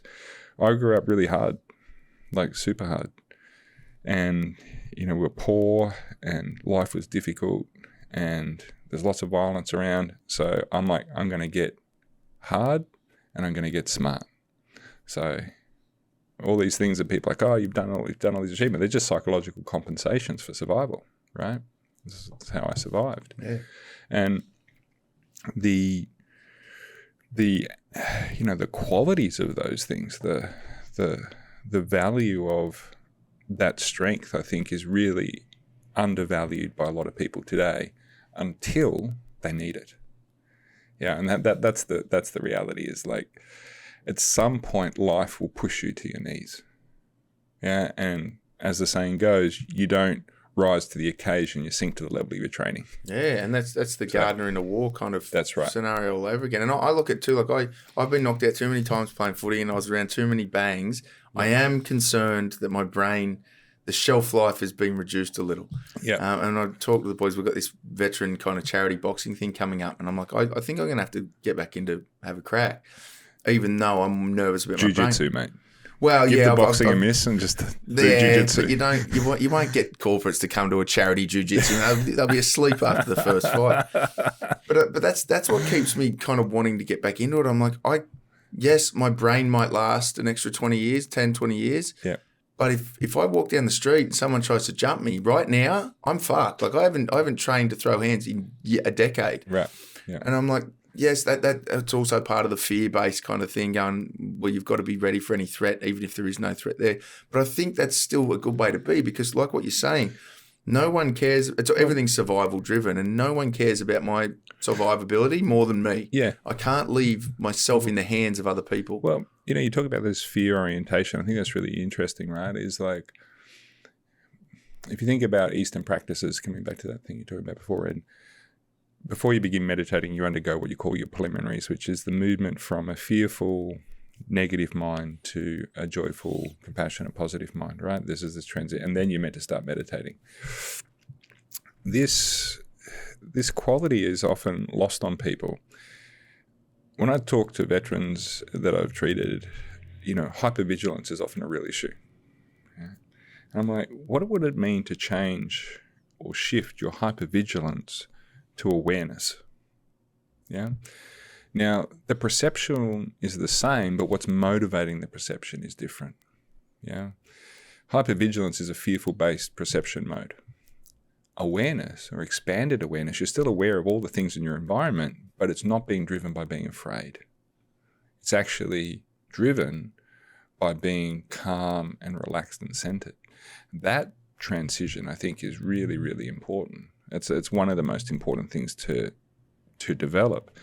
And there's been a lot of research into this into the military in recent years, with the development of kind of flow state experiences in combat and those kind of things. But that capacity to just have an open, clear awareness, if you can take the fear component out of the hypervigilance, that's what you get. You actually get an expanded awareness of the environment, which is actually a resource. It's actually an amazing thing. It's actually a heightened state of being without the kind of, the negative effects on your body and your nervous system of being kind of mobilized the whole time and being terrified the whole time. And so what I would say is that training actually allows you to relax into the environment, because you're like, I'm good, I'm good. If something happens, I think that's connected to the tribal connection thing as well. Like when you are trained in the military to be hypervigilant when you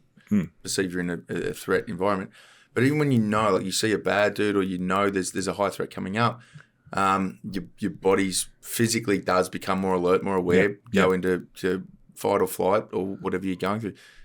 But most of the boys still feel calm and safe because they've got their mates there. Yeah. It's different when you leave. When you're alone, yeah. Yeah, exactly. Yeah, even the effect that this has on, I think we spoke about it on a podcast before, about you see young, violent kids and, you get them into boxing and you get them into training, and it doesn't have the effect people think it does. No, it doesn't make them more violent. It calms them down. The opposite effect. They don't go looking for fights. No, it has the opposite effect on them normally. I mean, not always, but normally it has the opposite effect. Right? It normally channels, contains, controls. And look, founder of karate, Gichin Funakoshi, said the ultimate aim of karate lies not in victory or defeat, but in the perfection of its participants. And so there's the martial part, right? There's the war part, but there's also the art part.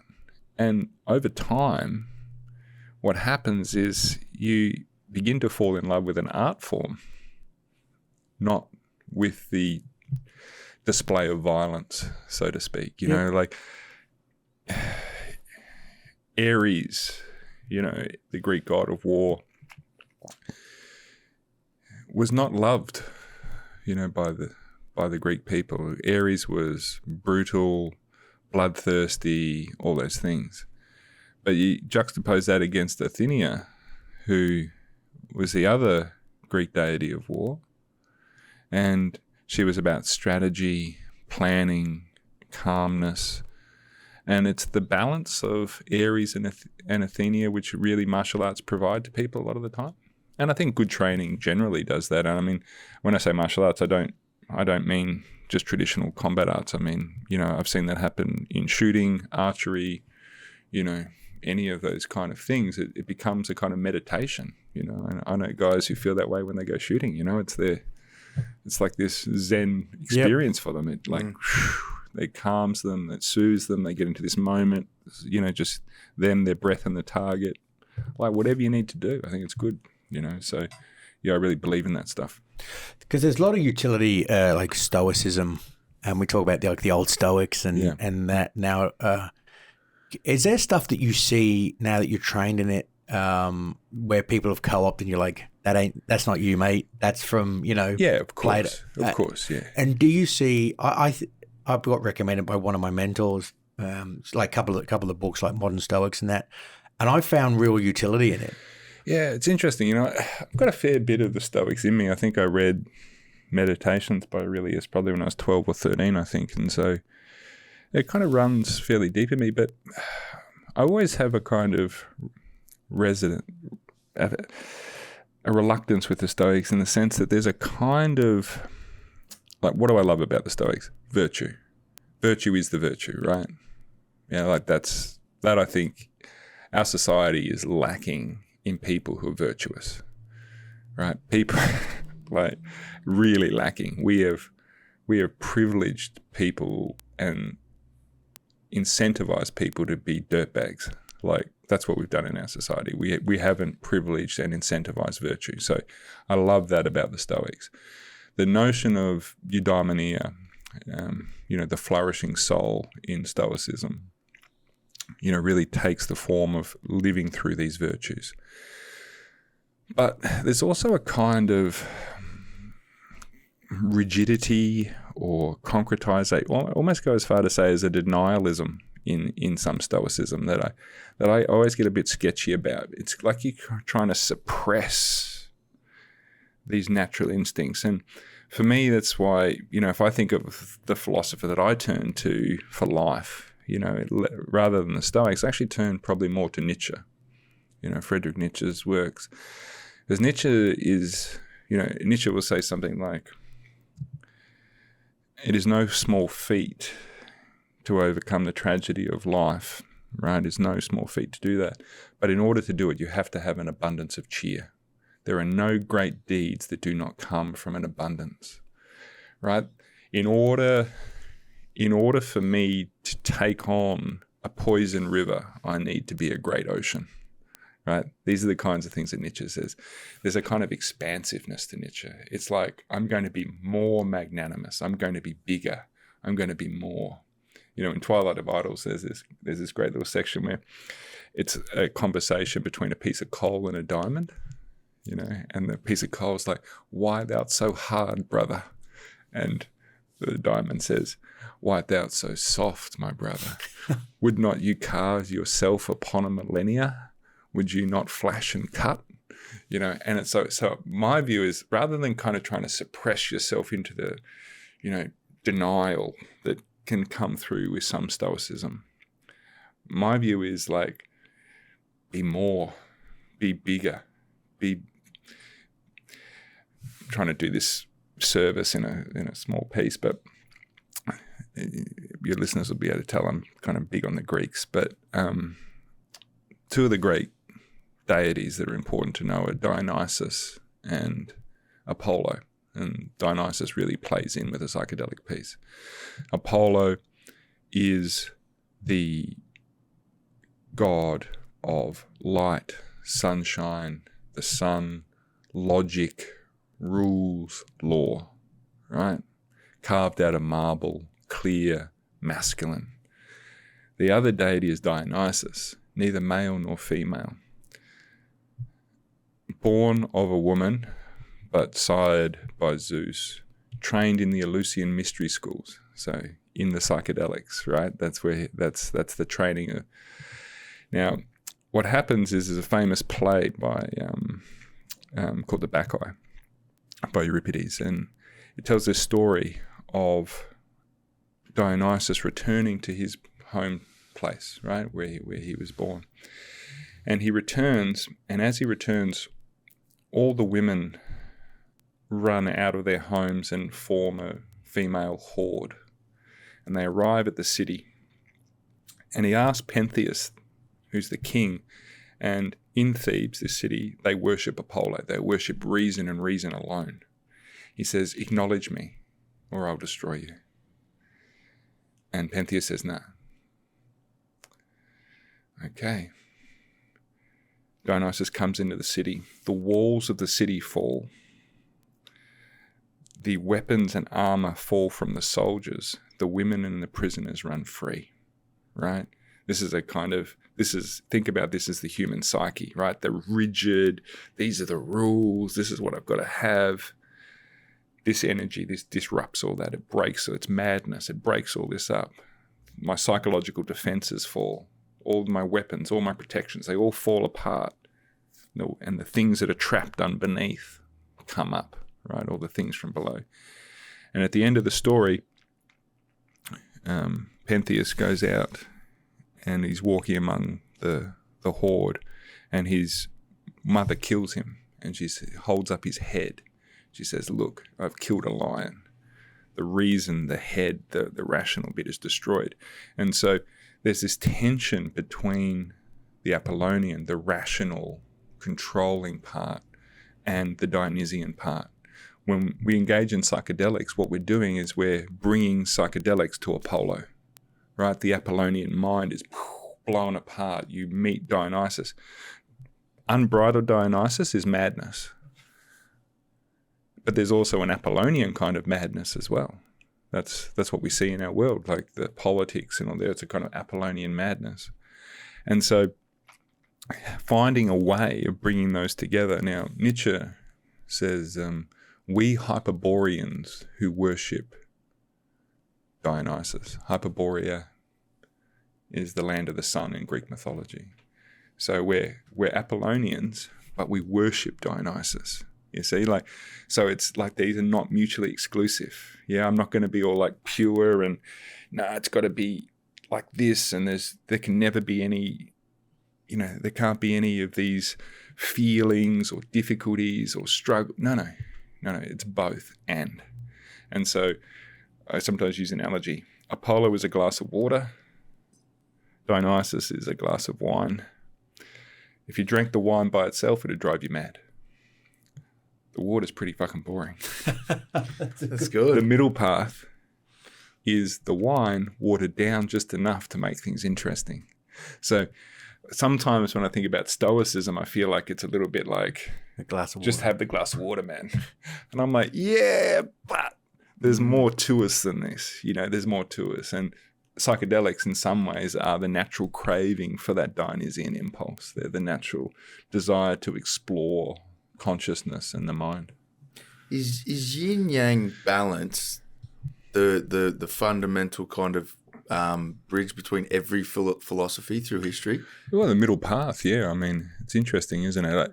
So you think about societies that haven't held the middle path, and probably the most interesting one that I fucking love Spartan history, right? I fucking love it. It's just the best. But they were a completely unbalanced society. It destroyed them. Destroyed them. Like they couldn't survive. And when you look at the fall of societies, you brought up Rome before, the fall of empires, it's when they move out of balance. They get into these kind of tensions that are unreconcilable. And so, yeah, I think finding the middle path with those things is important socially, but also personally. And finding that point of balance is something we should strive for, I think.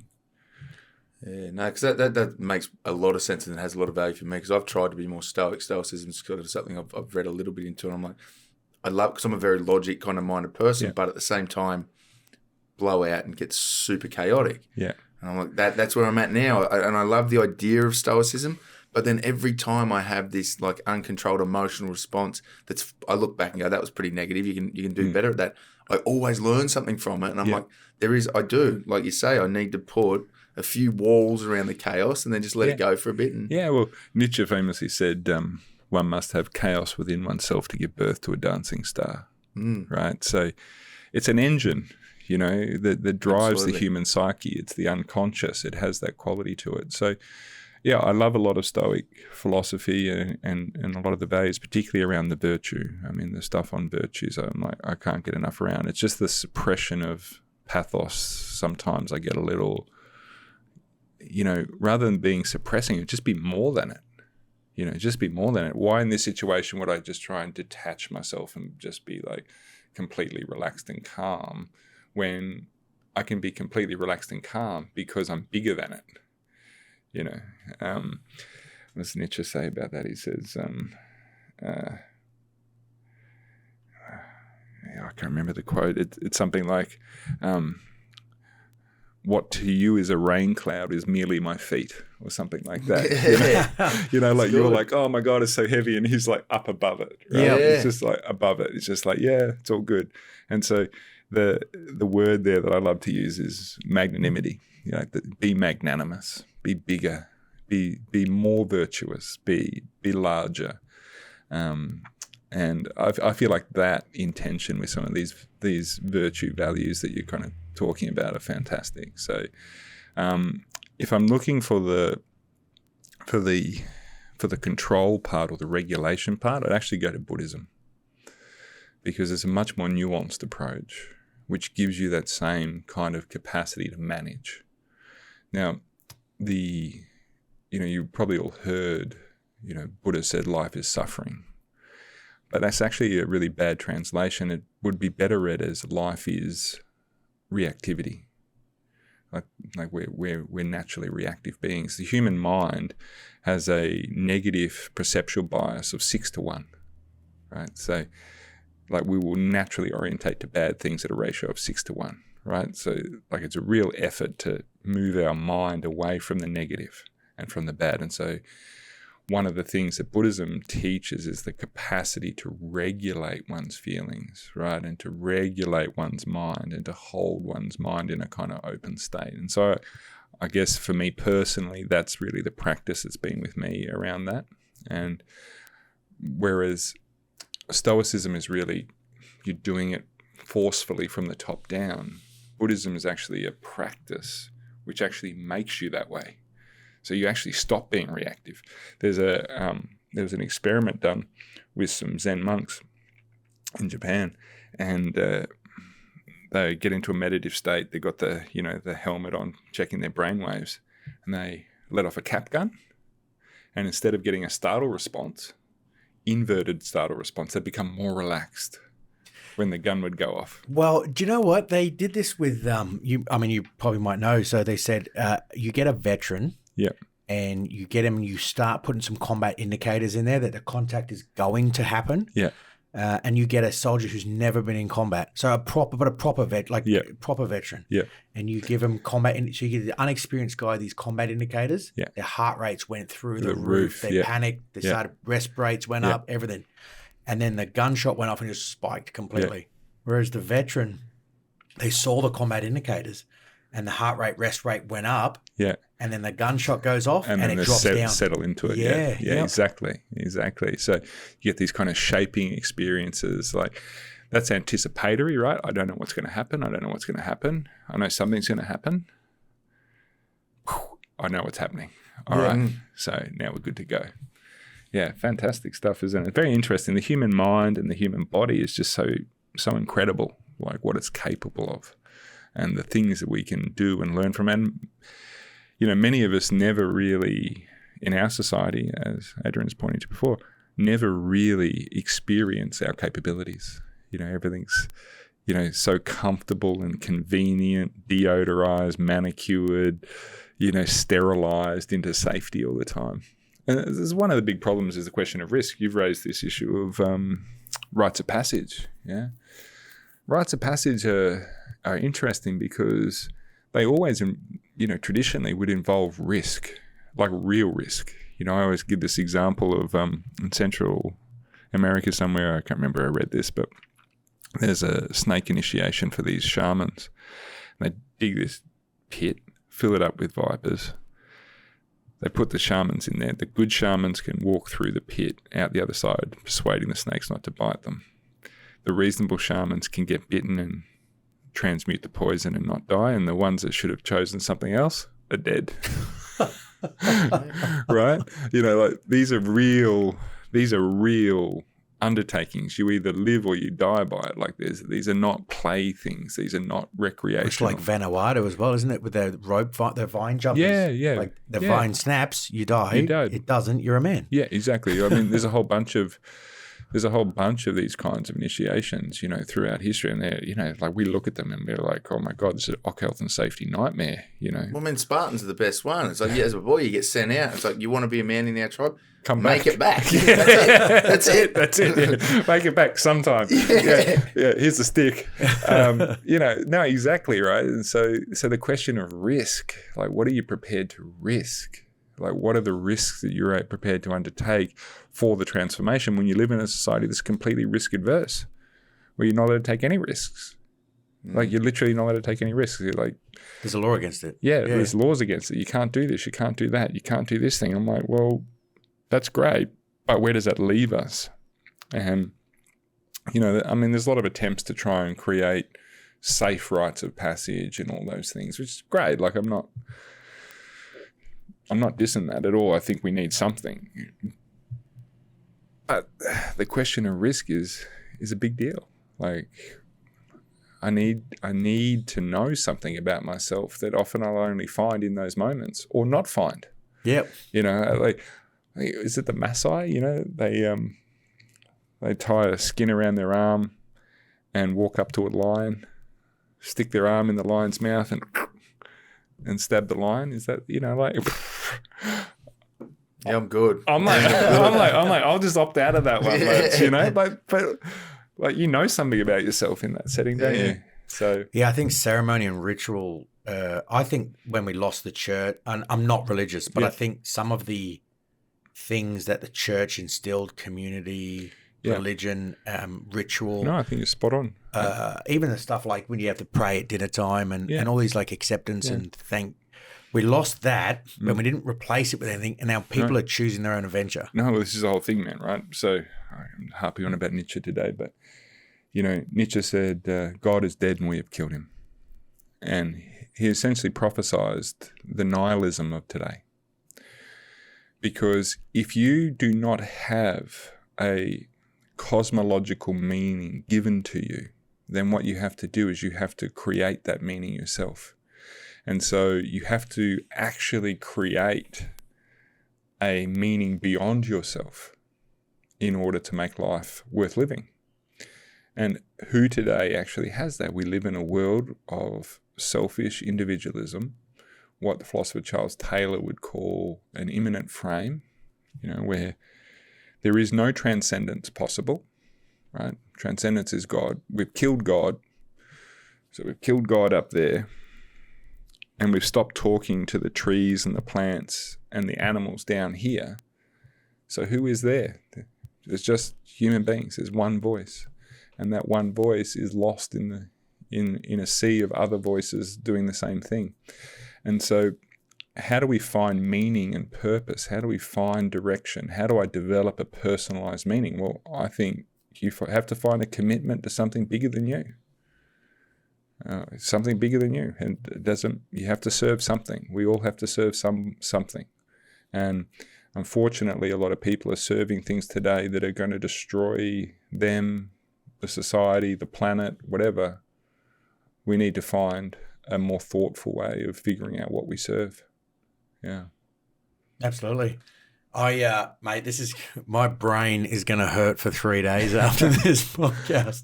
That's been 2 hours of. How's it 2 hours? Yeah, it's 2 hours. That's went quick. That's gone quick. All right, very good. I mean, you guys want to finish up, or you want to keep going, or what do you want to do? Well, I think we've covered main topics, and you're definitely someone that we want to get on again. Yeah, it's just something we keep coming back, and no, happy to come back anytime. I just want to say thank you to you guys for all the work you're doing. I said I'm 100% supportive, helping out diggers and veterans, and anything I can do to help, let me know. But keep up the good work, lads. Yeah, no worries. Thanks, mate. Just before we go, what have you got coming up? What's going on in the world? What's keeping you busy and occupied? A lot. I've just changed one of my job roles. So just got this associate professor role, so hopefully doing a bit more teaching and whatnot. My medicine has a whole bunch of stuff coming up. Obviously, there's rescheduling applications that have gone in. There's clinical training going forward. Nigel and myself, continue to work in the space and to support this stuff moving forward. Look, I probably should have you could check us out on something or other, but I don't, unfortunately. You don't run your own socials? No, not I can barely do an email, mate. I can barely do an email. That's probably healthier. So I probably next time I'll make sure there's something like that. But if people are interested in anything, I do have a web page. There's Mind Medicine Institute and Mind Medicine Australia. Both have web pages and contact pages there. So reach out. If we can help, we will. But I've neglected to do this. Next time I'll get onto this. This is absolutely the self agent.